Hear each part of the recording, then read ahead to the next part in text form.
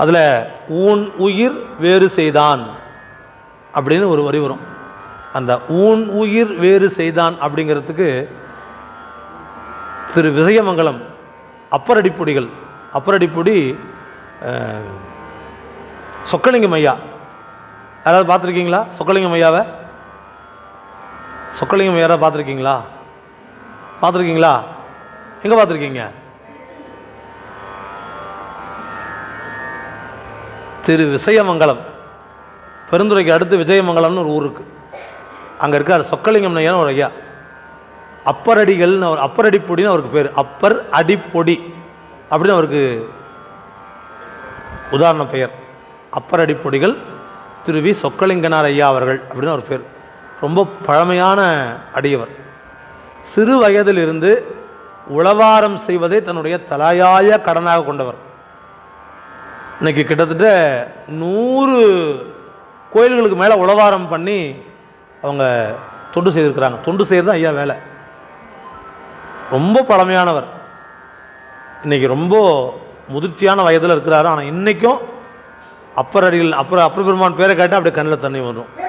அவர் சொன்னார், இந்த ஊனுயிர் வேறு செய்தான் அப்படின்னு 7ஆம் திருமுறை நசீனூரில் 4வது வாரம் முற்றோல் நடந்துட்டு இருந்தது. அதில் 3வது வாரம் அந்த கடைசி வகுப்பு தானனை முன்படைத்தான் மட்டும் ஒரு நாள் 101 பதிகம் முன்னாடி பாடி முடிச்சாச்சு. ஒரு நாளைக்கு 5 பதிகங்கள் போவோம். அந்த கடைசி பதிகம் மட்டும் ஒரு மாதம் வச்சுட்டாங்க. ஒரு வகுப்பில் அந்த ஒரு பாடல் மட்டுமே அப்படி முழுமையாக அதை நிதானமாக பாடணும்னு சொல்லி அந்த பதிகெல்லாம் பாடி முடிச்சுட்டு அதுக்கு விளக்க சொன்னார் நம்முடைய பவானி வெளிச்சம் ஐயா. சொக்கலிங்கம் ஐயாவுடைய மாணவர். அவர் வகுப்பு சொல்கிறாரு. அந்த நிறைவு வகுப்புக்கு சொக்கலிங்கம் ஐயா வர சொல்லியிருந்தாங்க. வந்துட்டு நாங்கள் 10 மணிக்கு தொடங்கி 10:45 பாடி நிறைவு பண்ணிட்டோம். 10:45 பாடி நிறைவு பண்ணிட்டோம். அந்த 10:45 பாடி முடித்த உடனே அடியன் அந்த பாடலை பாடிட்டு கேட்டு கடைசியில் வந்தவர் அதை கேட்டு முதல் வரியில் அந்த 2வது வரி ஊன் உயிர் வேறு செய்தான் சொல்லுங்கள் அப்படின்னார். அந்த வரி மட்டும் பாடி காமிச்சேன். அந்த ஊன் உயிர் வேறு செய்தான் அப்படி சொல்கிறதுக்கு 4.5 மணி நேரம் பேசினார். 4.5 மணி நேரம். 2 வார்த்தை தான். ஊன் உயிர் வேறு செய்தான். யார்? நொடித்தான்மலை உத்தமன். நொடித்தான்மலைன்னா என்ன? உத்தமன்னா யார்?